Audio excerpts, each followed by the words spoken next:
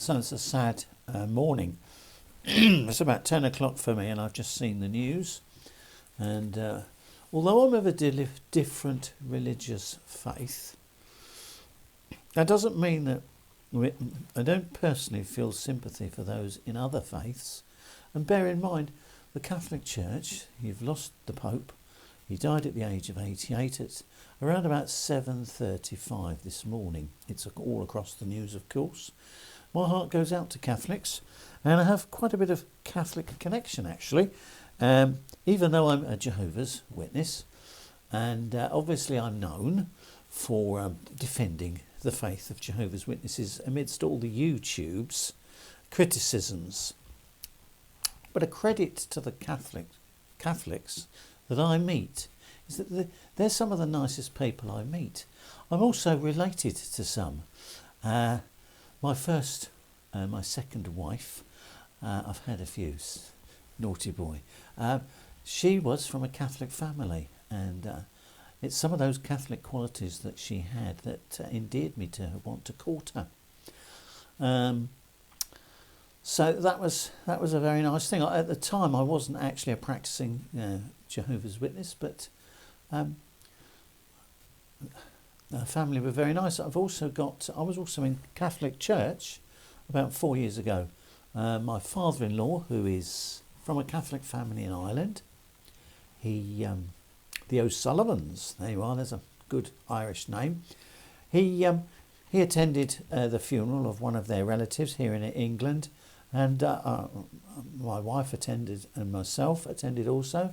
I would always go and respectfully show respect, and most of the Catholic family went up and had Mass, of course, as a lot of Catholics will be doing today, with great sadness, because they've lost their church leader, their present church leader. And one thing I like about the Catholic Church is that they're clear, and they've got a history. They've got a history going back thousands of years, and many of the principles that they put in place, the Christian laws make up most of the Western societies, nations of the world, which makes them a much more Christian countries and also democratic. So modern civilization owes a lot to the Catholic Church. I also find that Catholics on YouTube, there's only a couple of channels that I know of that promote or publish disrespectful things about Jehovah's Witnesses. Obviously they're trying to enlighten them. I get most of the unreasonable and unkind behaviour by Protestants, to be honest. Maybe it's their heritage, maybe because they protested against the established Christian church and left, They've got this kind of mindset. Maybe they've inherited it from their pre-runners. So they're much more disrespectful. Protestant pastors and etc. will stoop to much lower depths, deliberately presenting mistruths, etc. So anyway, so my heart goes out to Catholics, and there are an awful lot of Jehovah's Witnesses who were Catholic, and they were happy with their upbringing, their history.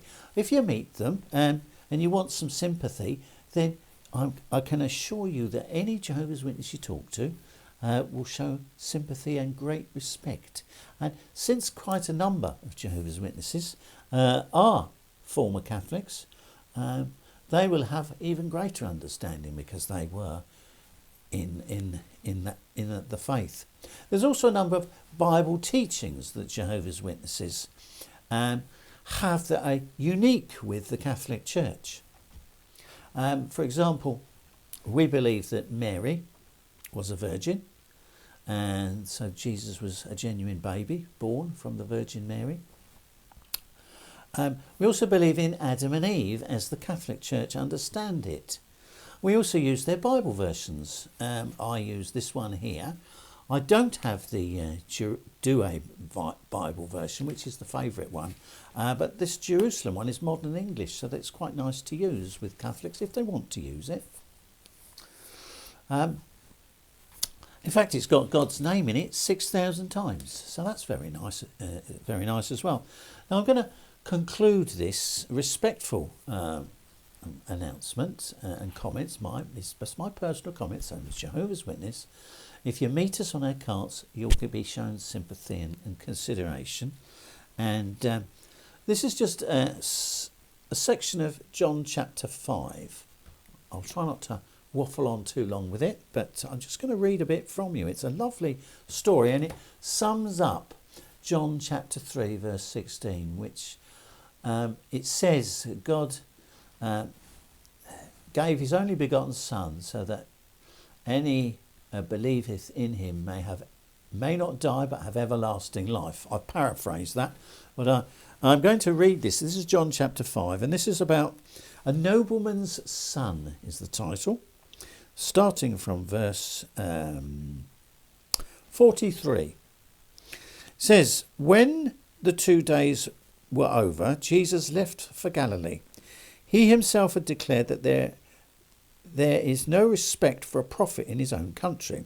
That would be himself. So the Jews weren't treating him nicely in parts of, especially in his hometown. But on his arrival, the Galileans received him well, having seen all that he'd done in Jerusalem during the festival, which they too attended. I believe that might have been a Passover festival. He went again to Cana in Galilee, where he changed the water into wine. Now there was a court official there whose son was ill in Capernaum, so that's some distance away, a couple of days' walk. And hearing that Jesus had arrived in Galilee from Judea, he went and asked him to come and cure his son, as he was at the point of death. Jesus said, So you will not believe unless you see signs and portents? Sir, answered the official, come down before my child dies. Jesus then says, Go home. Your son will live. The man believed what Jesus had said and started on his way. And while he was still on the journey back, his servants met him with the news that the boy was alive. He asks them when the boy had begun to recover. The fever left him yesterday, they said, at the 7th hour. The father realized that this was exactly the time when Jesus had said, Your son will live. And he and all his household believed that this was the second sign that Jesus was given on his return from Judea to Galilee. So, a marvellous story of the resurrection, preserving of that that nobleman's son. Now, of course, Jesus said, I am the resurrection and the life. And so the nice thing is that the Pope, I know that many believe that he is now in heaven. He will have the opportunity of the resurrection and the life, and that's a marvellous thing. And the marvellous thing is that we can have that hope as well. And I mention about Adam and Eve? Another belief we have in common with the Catholic Church is that Eve, when she was tempted by the devil, when sin entered humanity, she was on her own. That's the common prevailing Catholic view as well, which is pretty much unique with Jehovah's Witnesses. So, enjoy your Mass tonight. I know you'll be feeling sad. It's quite an interesting day, isn't it? That the Pope has died the morning of the day when Jesus, on Easter Monday, was raised from the dead, when the tomb was opened and this person spoke to Mary Magdalene, who had been waiting outside, and she thought she was speaking to the gardener. She said, Where have you left the body? And he said, Mary. And she recognised that as Jesus' voice. So, and then she gave him a big hug, obviously, and he said, Stop clinging to me. Go tell the apostles, go tell my disciples that I'm alive. And so she rushed off to tell them. And so, wonderful story brought to us in this beautiful New Jerusalem Bible. So, thank you very much. Take care. I shall put a video up in the top corner that explains why it was very important that Jesus died, because there's some people who are lacking faith in Jesus. And there's just one final point I'd like to make is, I've just been distracted. I've just looked out the window and I could see a pigeon just outside our conservatory in the garden. So sorry, I shouldn't be doing that, should I? The one final point I wanted to make was that, do you know, I think I've lost the thought. Video in the right hand corner. Oh yes, I have a video on the sister channel, JW Defence, that's criticising Catholic truth. Out of respect for Catholics, that will be put off for at least 2 months. I believe that when the Pope dies, there should be a respectful time of mourning. So I will make every effort not to make any criticism towards the Catholic channels, etc., although there's not many. So take care, everybody, from the Catholic Church. And if you meet us and you want some sympathetic words, we're here. We're Christians like yourself. We love our neighbour as we can, and if we could all work together in loving our neighbour, the world would be a lot better place. And the Catholic faith works hard across the world to establish peace and love amongst themselves. So thank you very much. Take care, everybody, especially you dear Catholics. And may the next Pope, which it opens up the future, doesn't it? What will happen, or what's going to happen in the future?